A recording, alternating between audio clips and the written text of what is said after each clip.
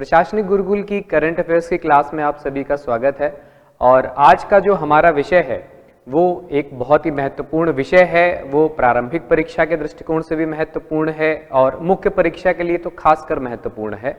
वर्तमान में लोकतंत्र की जो परिस्थिति है, जो लोकतंत्र की स्थिति है, उसमें गिरावट देखने को मिल रही है और यही आज का हमारा विषय है कि लोकतंत्र में गिरावट क्यों देखने को मिल रही है।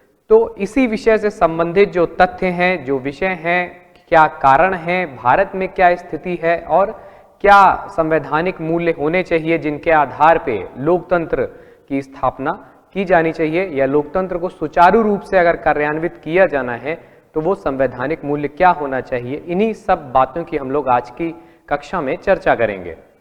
हाल ही में ये विषय चर्चा में इसलिए भी आया क्योंकि एक अंतरराष्ट्रीय think tank IDEA, International Institute for Democracy and Electoral Assistance, ये एक अंतरराष्ट्रीय थिंक टैंक है और 1995 में इसकी स्थापना हुई थी और 1995 के स्थापना वर्ष से ही भारत भी इसका सदस्य है। और इसकी हाल ही में जो एक ताजा रिपोर्ट आई है उसमें दो प्रमुख निष्कर्ष ये दिखाते हैं कि वर्तमान में लोकतंत्र की परिस्थिति में गिरावट आ रही है।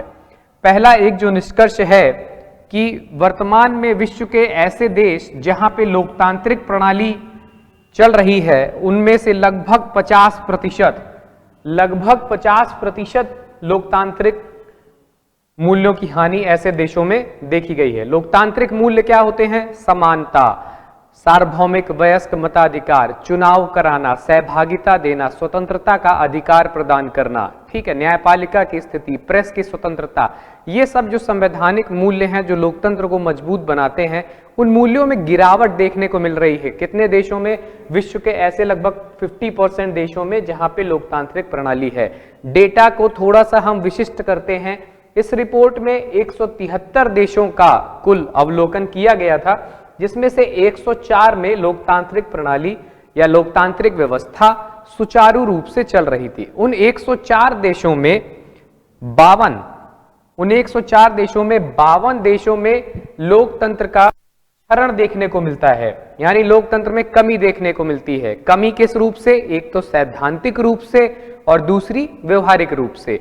सैद्धांतिक रूप से लोकतंत्र में कमी अर्थात जिन मूल्यों के आधार पर लोकतंत्र की स्थापना की गई है उन मूल्यों में कमी, और व्यवहारिक तौर पे कमी अर्थात वे संवैधानिक संस्थाएं, न्यायिक संस्थाएं या अर्ध न्यायिक संस्थाएं जिनका कार्य है उन मूल्यों की व्यवहारिक रूप से स्थापना करना, उनके द्वारा अपने कर्तव्यों का ठीक से निर्वहन न किया जाना, इस कारण लोकतंत्र में क्षरण देखने को मिलता है। और 27 ऐसे देश थे जहां पे एकाधिकारवादी व्यवस्था की ओर अग्रसर होने की प्रवृत्ति देखी गई। एकाधिकारवादी व्यवस्था और लोकतांत्रिक व्यवस्था, इन दोनों में हम लोग अगर तुलनात्मक रूप से समझना चाहें तो एकाधिकारवादी व्यवस्था वह होती है जहां पे समस्त शक्तियां केंद्र में निहित होती हैं और लोकतांत्रिक व्यवस्था में शक्तियों का विभाजन केंद्र और राज्यों में किया जाता है। केंद्र और राज्यों में किया जाता है। तो लोकतांत्रिक व्यवस्था और एकाधिकारवादी व्यवस्था का अंतर यह है कि वहां पे जो भी समस्त शक्तियां हैं, विधायी शक्तियां हैं, प्रशासनिक शक्तियां हैं और अवशिष्ट शक्तियां हैं, वो सारी एकाधिकारवादी व्यवस्था में केंद्र के पास में निहित रहती हैं। और लोकतांत्रिक व्यवस्था में आपका अलग अलग सूचियों के माध्यम से या अलग अलग विषयों के माध्यम से विधायी, प्रशासनिक और न्यायिक शक्तियों का विभाजन केंद्र और राज्यों के बीच में किया जाता है। आइए अब इसमें आगे बढ़ते हैं और देखते हैं कि क्या प्रमुख कारण रहे हैं जिससे लोकतंत्र खतरे में प्रतीत हो रहा है। पहला जो प्रमुख रिपोर्ट में बताया गया है वह है राजनीतिक और आर्थिक संकट, यानी बहुत सारे ऐसे देश हैं जहां पे राजनीतिक और आर्थिक संकट का स्थिति इस समय विद्यमान है। राजनीतिक संकट में वहां पे लोकतांत्रिक प्रणाली का ना होना या फिर लोकतांत्रिक प्रणाली का सुचारू रूप से कार्यान्वयन ना होना या राजनीतिक तौर पे अस्थिरता होना, वहां पे लोगों के द्वारा विद्रोह किया जाना, जनता और सरकार में संघर्ष होना, कई देशों में ऐसी स्थिति राजनीतिक रूप से देखने को मिल रही है। ठीक है, इसके अलावा कई देशों में आर्थिक संकट भी देखने को मिल रहा है, जिसके कारण वहां पे संसाधन नहीं है, संसाधनों का उचित वितरण नहीं हो पा रहा है और जनता तक उन संसाधनों की पहुंच भी एक प्रॉपर वे में नहीं हो पा रही है। इस कारण से लोकतंत्र की हानि हो रही है। कोविड महामारी ने एक अत्यंत महत्वपूर्ण भूमिका निभाई है लोकतंत्र को भी साथ में डाउनग्रेड करने में। किस प्रकार से?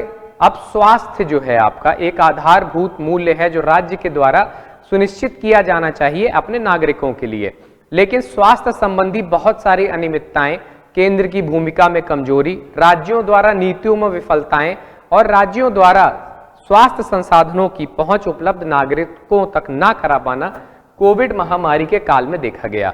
तो जब इस तरीके की समस्याएं देखी गई तो स्वास्थ्य जैसी सुविधा या जीवन के अधिकार जैसी मूल्य की हानि हुई, जिसके कारण से लोकतंत्र की भी हानि कोविड महामारी के कारण देखने को मिली। वर्तमान में सबसे प्रासंगिक यूक्रेन संकट भी लोकतंत्र को गिरावट का एक कारण रहा है।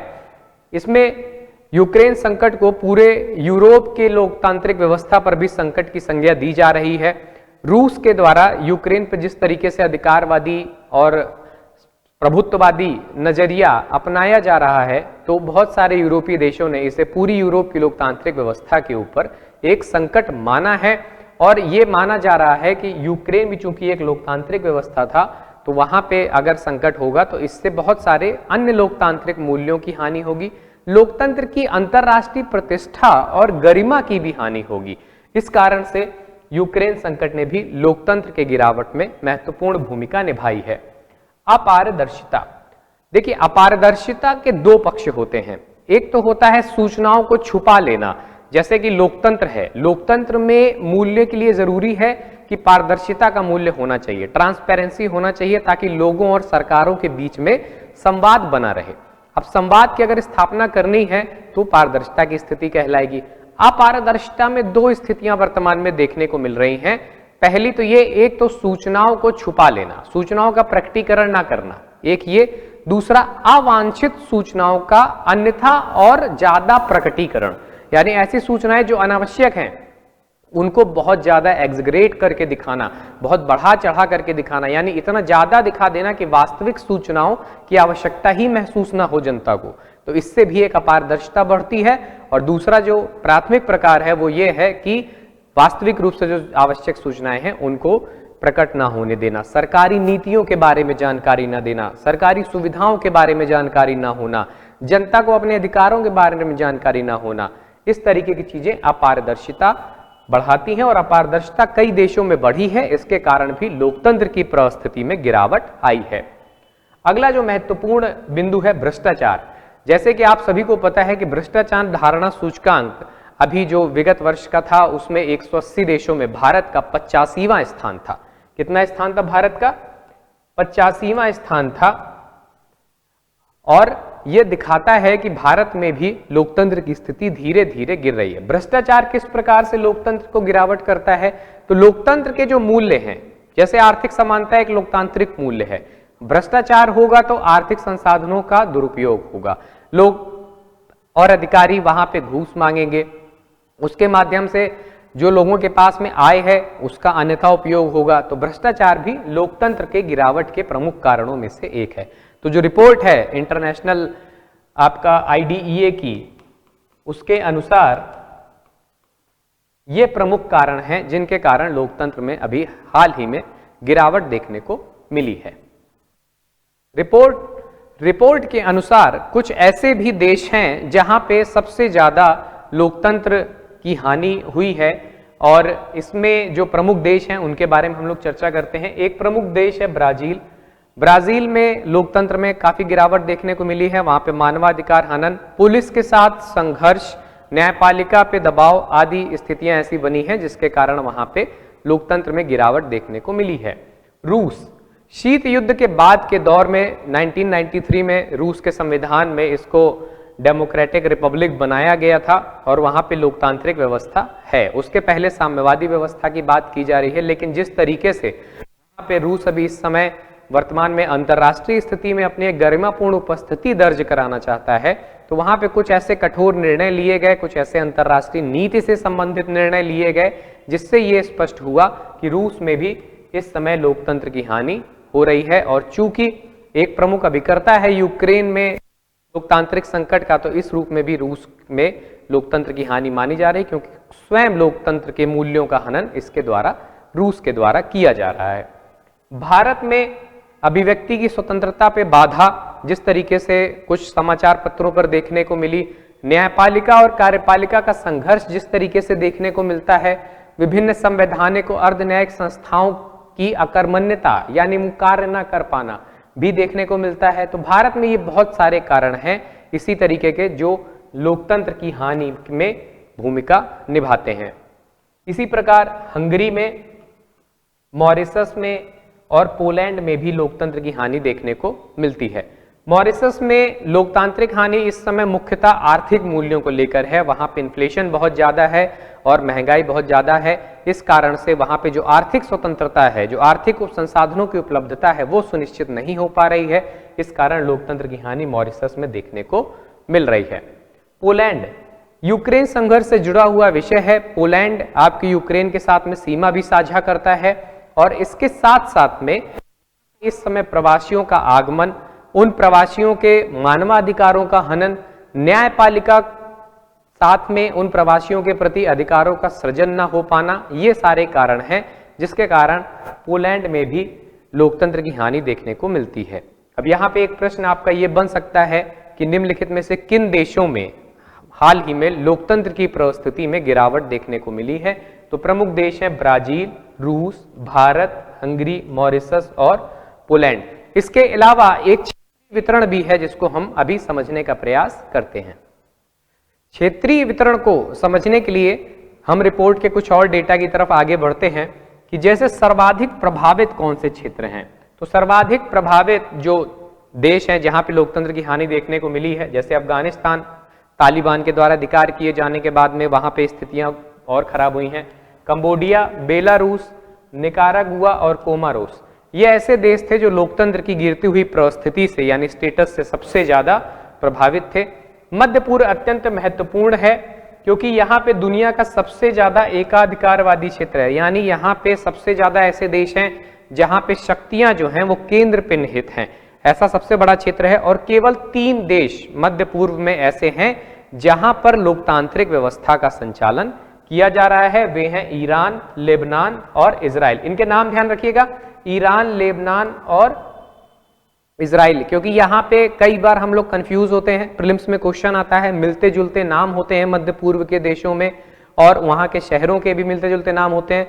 तो यहाँ पे ये ध्यान रखना है कि 4-5 देशों के नाम आपको दिए जा सकते हैं और प्रश्न ये बन सकता है कि मध्य पूर्व के निम्न में किन देशों में लोकतांत्रिक व्यवस्था का संचालन हो रहा है। तो वहां पे आपको केवल 3 देशों पे आपको टिक करना होगा, ईरान, लेबनान और इजराइल। इसके अलावा कहीं पे भी लोकतांत्रिक व्यवस्था मध्य पूर्व के देशों में देखने को नहीं मिलती है, वहां पे एकाधिकारवादी व्यवस्था देखने को मिलती है। या उल्टा प्रश्न भी आपसे पूछा जा सकता है कि निम्न में किन देशों में एकाधिकारवादी व्यवस्था है, और बीच में कंफ्यूज करने के लिए इनमें से किसी देश का नाम वहां पे डाला जाएगा और बाकी देश ऐसे होंगे जिनमें एकाधिकारवादी व्यवस्था होगी, जैसे संयुक्त अरब अमीरात है। ठीक है, तो आपको ये दोनों तरीके के प्रश्नों के प्रति जागरूक रहना है। तो मध्य पूर्व और सर्वाधिक प्रभावित देशों के अलावा एक तीसरा जो क्षेत्र है अफ्रीका, 50 से अधिक देशों का एक महाद्वीप है और वहां पे केवल कुछ ही संख्या में ऐसे देश हैं जहां पर लोकतांत्रिक व्यवस्था सुचारू रूप से संचालित हो रही है। उनमें से अब अफ्रीका के बारे में रिपोर्ट में जो निष्कर्ष ये कहा गया है कि तमाम ऐसी मुश्किल परिस्थितियां हैं, क्योंकि वहां आर्थिक संकट है, शिक्षा का अभाव है, संसाधनों के प्रति जागरूकता नहीं है और अगर है भी तो उनका निष्कर्षण और उनसे लाभ अफ्रीका महाद्वीप अभी तक नहीं ले पाया है। इसके अलावा वैश्विक शक्तियों में इसको संभावनाशील महाद्वीप के कारण प्रतिस्पर्धा भी देखने को मिलती है। तो ये सारी मुश्किलें अफ्रीका के क्षेत्र में हैं और इससे अस्थिरता वहां पे अभी भी बनी हुई है। ये अस्थिरता ही लोकतांत्रिक प्रणाली को वहां पे आगे नहीं बढ़ने दे रही है और इस अस्थिरता के कारण ही वहां पर अभी कुछ ही देशों में लोकतंत्र है, लेकिन फिर भी उनका मुकाबला वहां पे किया जा रहा है और धीरे धीरे लोकतांत्रिक प्रणाली को आगे बढ़ाने के लिए बहुत सारे अंतर्राष्ट्रीय संस्थान और संयुक्त राष्ट्र संघ द्वारा भी प्रयास किए जा रहे हैं ताकि अफ्रीका महादेश में भी व्यापक रूप से एक लोकतांत्रिक व्यवस्था की स्थापना की जा सके, वहां के अधिक से अधिक देश लोकतांत्रिक प्रणाली को अपनाएं। लोकतंत्र की परिस्थिति में वर्तमान में किस तरह के लोकतांत्रिक संकट, यानी अगर हम जो रिपोर्ट आई है उसमें सारे देशों को हम शामिल कर लें और उनका एक थीम बनाने का प्रयास करें, एक विषय वस्तु बनाने का प्रयास करें, तो 3 तरीके की थीम हमको दिखाई पड़ती हैं कि जिसके कारण लोकतांत्रिक संकट उत्पन्न हो रहा है। इसमें से कुछ चीजें भारत में भी हैं, कुछ चीजें आप अंतर्राष्ट्रीय विश्व में चर्चा में भी इस समय देख रहे होंगे। जैसे पहला है आपका राजनीतिक ध्रुवीकरण। ध्रुवीकरण यानी पोलराइजेशन। पोलराइजेशन से मतलब है कि पोल बना लेना। पोल का मतलब है कि कुछ ऐसा समूह जो विशिष्ट उद्देश्यों को लेकर के एकीकृत होता है। अब कुछ ऐसा समूह जो कुछ विशिष्ट उद्देश्यों को लेकर के एकीकृत होता है वो ध्रुव कहलाता है। अब ये समूह किस आधार पे बनते हैं? धर्म के आधार पे, भाषा के आधार पे, क्षेत्र के आधार पे, संस्कृति के आधार पे, इन सभी आधारों पे अगर किसी विशिष्ट समुदाय को किसी विशिष्ट उद्देश्य के साथ में एकत्रीकरण करने का प्रयास किया जाता है तो वो कहलाता है ध्रुवीकरण। ध्रुवीकरण में जब राजनीतिक पुट आ जाता है, यानी जब कोई राजनीतिक दल अपने कुछ खास उद्देश्य की पूर्ति के लिए यह प्रक्रिया करने लगता है, यानी समाज के उस विशिष्ट वर्ग को धर्म, भाषा, क्षेत्र, संस्कृति के आधार पे एकत्रीकृत करने लगता है ताकि उसके अपने राजनीतिक हित पूरे हो सके, तो वो राजनीतिक ध्रुवीकरण कहलाता है। वर्तमान में एक और प्रवृत्ति इसमें देखने को मिल रही है जिसको हम बोलते हैं ज़ेनोफोबिया।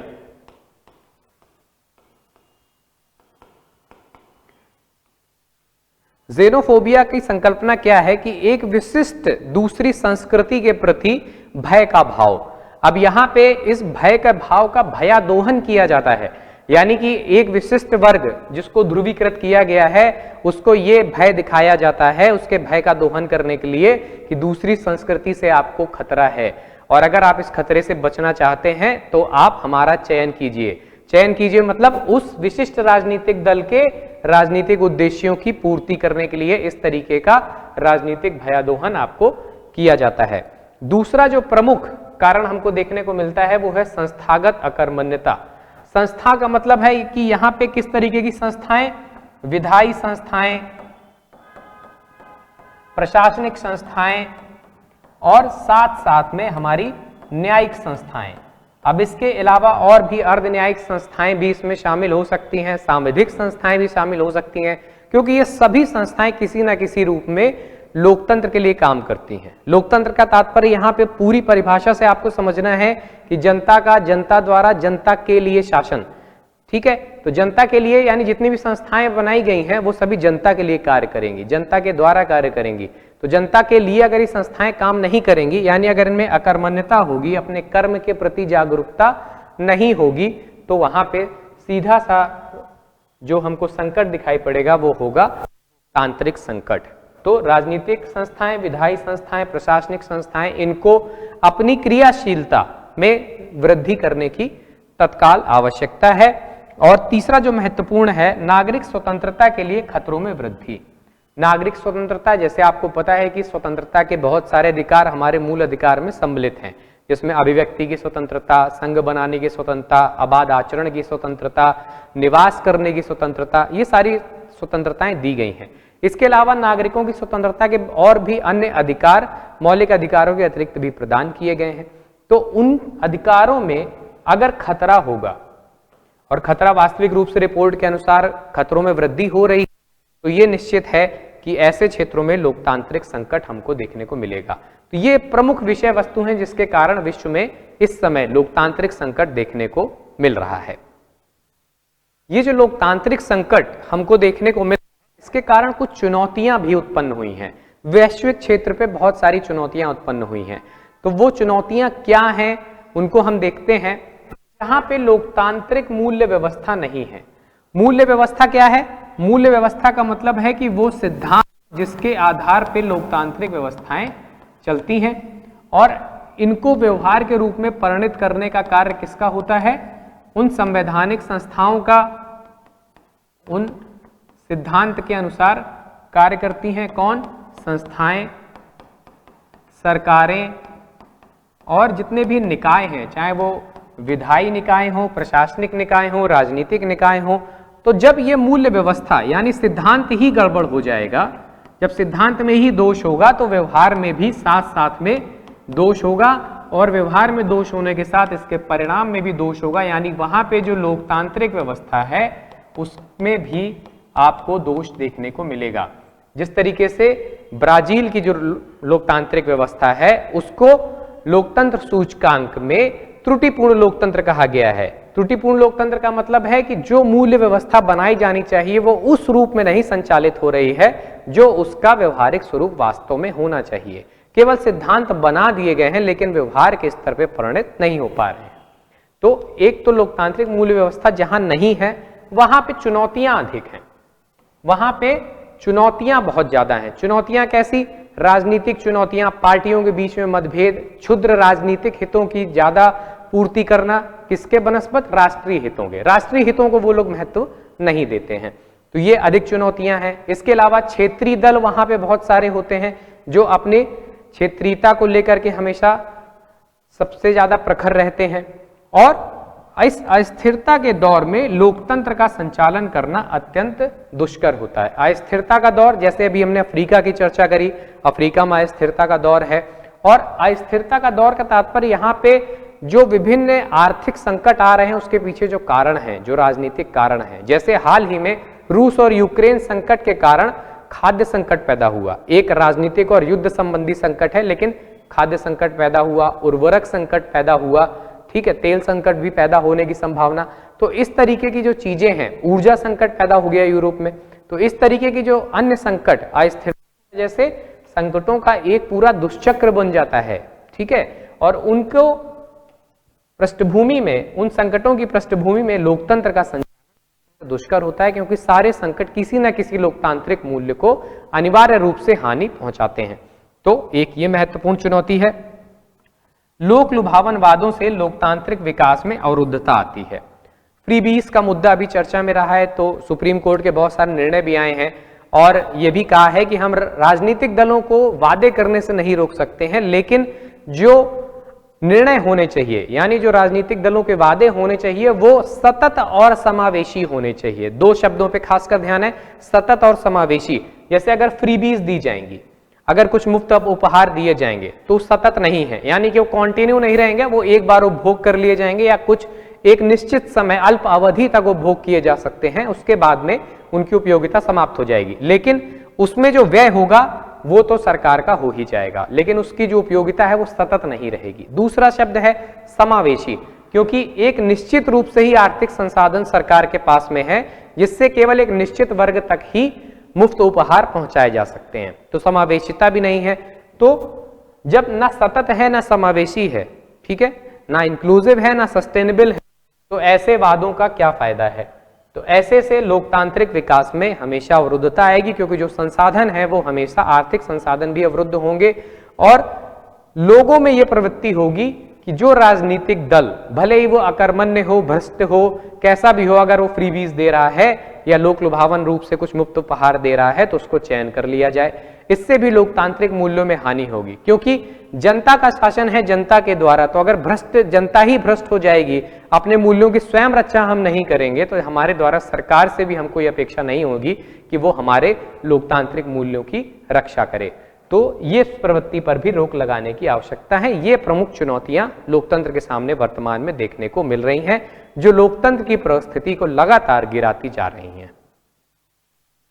भारत में लोकतंत्र के संदर्भ में अगर हम देखें तो अभी हमने अपनी आजादी के 75 वर्ष पूर्ण किए हाल ही में, और भारत एक बहुत ही सम्मानपूर्ण, गरिमापूर्ण लोकतंत्र की यात्रा को अपने पूरा कर चुका है। लेकिन इसके पीछे क्या कारण है, यानी कौन से वो संवैधानिक मूल्य और सिद्धांत हैं जिनके कारण भारत में भले ही लोकतंत्र की परिस्थिति में थोड़ी सी गिरावट देखने को मिल रही है, लेकिन एक 75 वर्षों की गरिमापूर्ण और सफल यात्रा भारत के लोकतंत्र ने अभी तक देखी है। या भारत का लोकतंत्र किस प्रकार से महत्वपूर्ण है, या ये लोकतांत्रिक व्यवस्था किस तरीके से भारत के लिए महत्वपूर्ण है, उसके पीछे क्या सिद्धांत हैं, उनको हम समझने का प्रयास करते हैं। इनको समझने के लिए सबसे महत्वपूर्ण है भारतीय संविधान। लोकतंत्र की आधारशिला भारतीय संविधान है। भारतीय संविधान में बहुत सारे लोकतांत्रिक मूल्यों को समाहित किया गया है। उन्हीं में से कुछ लोकतांत्रिक मूल्यों की हम चर्चा करते हैं। पहला है समानता, स्वतंत्रता और न्याय। तो समानता मतलब राजनीतिक समानता, आर्थिक समानता, सामाजिक समानता, लोगों को रहने के लिए समान अवसर उपलब्ध होना, लोगों को राजनीतिक अभिव्यक्ति करने के लिए और राजनीतिक सहभागिता करने के लिए समान अवसरों की उपलब्धता, ये समानता के अंतर्गत आता है। मौलिक अधिकारों में शामिल सभी प्रकार की स्वतंत्रताएं और सामाजिक, आर्थिक और राजनीतिक न्याय, ये संवैधानिक मूल्य हैं, यानी इनका सुनिश्चित करना संविधान के अनुसार सरकार का प्राथमिक कर्तव्य होना चाहिए।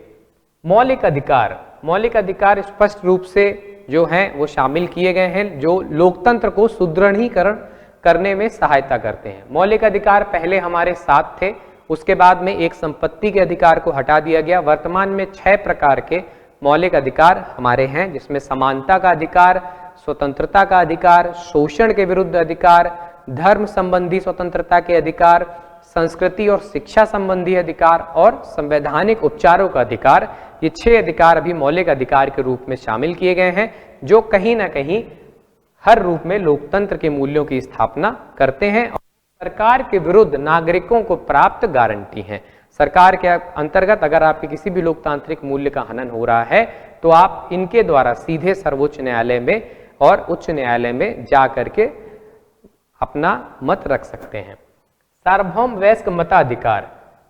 लोकतंत्र में सबसे महत्वपूर्ण चीज है सहभागिता, और सहभागिता के साथ समावेशिता, यानी जितने भी नागरिक हैं उनको बिना किसी भेदभाव के समावेशित करना और सबकी सहभागिता सुनिश्चित करना।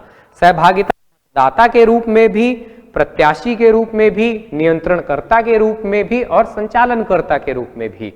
तो सार्वभौमिक वयस्क मताधिकार इन चीजों को सुनिश्चित करता है, जिससे भारत में लोकतंत्र पिछले 75 वर्षों से लगातार सुदृढ़ होता चला जा रहा है।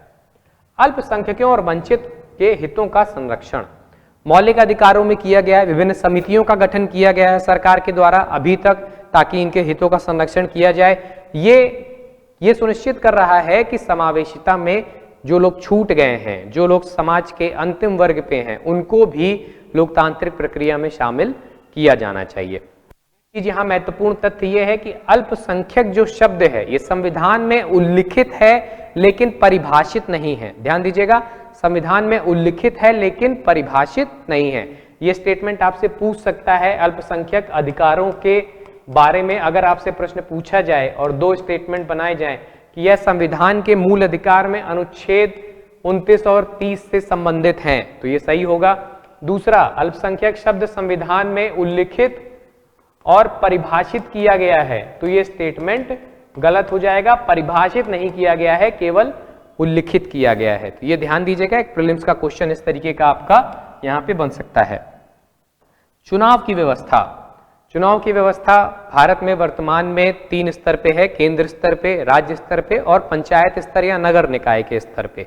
और इस तरीके से शक्ति का विकेंद्रीकरण भी किया गया है, प्रतिनिधियों का विकेंद्रीकरण किया गया है और आर्थिक संसाधनों को भी उसी तरीके से वितरित किया जाता है। तो चुनाव की व्यवस्था करना ये दिखाता है कि ये जनता का ही शासन है, और चूंकि जनता से ही लोग प्रत्याशी के रूप में खड़े होते हैं, तो जनता के लिए जनता द्वारा जनता का शासन है। तो चुनाव की व्यवस्था, हाल ही में इसमें एक नया मुद्दा जो हमको देखने को मिल रहा है वो है एक राष्ट्र एक चुनाव, जिसमें सभी तीनों स्तरों के चुनाव को एक साथ कराने का विकल्प दिया जा रहा है, जिससे कई लाभ सरकार के साथ साथ लोगों को भी होंगे। समय की बचत, धन की बचत, सरकारी मशीनरी का लंबे समय तक दुरुपयोग ना हो पाना, और वो लोग नीति निर्माण में ज्यादा लग पाएंगे।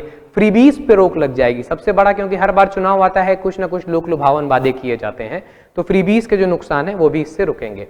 अगला जो महत्वपूर्ण है संवैधानिक मूल्य, बहुलवाद और सहिष्णुता, ये शामिल किया गया है।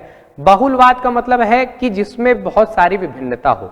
भारत में भाषा के आधार पे, जाति के आधार पे, धर्म के आधार पे, संस्कृति के आधार पे, परिवेश के आधार पे, परंपरा के आधार पे, इन सब आधारों पे बहुलता देखने को मिलती है। बहुत सारी भाषाएं हैं, बहुत सारे धर्म हैं, बहुत सारी परंपराएं हैं, बहुत सारी संस्कृतियां हैं, लेकिन इनके साथ साथ में इनका सबका सह अस्तित्व है, लेकिन इनके साथ साथ में सभी की एक दूसरे के प्रति सहिष्णुता देखने को मिलती है। सभी की एक दूसरे के प्रति सहिष्णुता है, यानी समभाव। सहिष्णुता का मतलब एक संस्कृति का दूसरे संस्कृति के प्रति सम्मान। और इसी की विपरीत धारणा अभी हमने जो xenophobia समझा था कि जब एक संस्कृति को दूसरे संस्कृति के प्रति भय दिखाया जाता है, यानी एक संस्कृति में दूसरे संस्कृति के प्रति असहिष्णुता दिखाई जाती है, तो वो आपका xenophobia में कन्वर्ट होता है। लेकिन भारत में बहुलवाद होते हुए भी, यानी ये जो बहुलताएं हैं इनके होते हुए भी सहिष्णुता हमारे यहाँ पे दिख रही है। और सहिष्णुता और भी लोकतांत्रिक मूल्यों को सुनिश्चित करती है, जैसे व्यक्ति की गरिमा। व्यक्ति की गरिमा को सुनिश्चित करती है, क्योंकि एक व्यक्ति अगर दूसरे की समस्त भाषाओं, संस्कृतियों, धर्म का पालन करेगा तो दूसरा व्यक्ति भी उसकी भाषा, धर्म, संस्कृति का पालन करेगा और एक दूसरे की गरिमा को सुनिश्चित करने का काम ये करेंगे। और जब प्रत्येक व्यक्ति इंडिविजुअली इस चीज को करेगा तो राष्ट्र में जो स्थिरता आएगी, तो ये आगे चल के राष्ट्र की अखंडता को भी सुनिश्चित करेगा। तो सारे जो संवैधानिक मूल्य हैं वो एक दूसरे के पूरक के रूप में काम करते हैं। इस कारण से पिछले 75 वर्षों से गरिमामय व्यवस्था के तौर पे लोकतंत्र भारत में इस्तेमाल है। तो उम्मीद है आप लोग को ये विषय अच्छे से समझ में आया होगा। और आज जो हम लोगों ने लोकतांत्रिक संकट किया, इसके बाद नेक्स्ट क्लास में हम लोग मिलते हैं। धन्यवाद।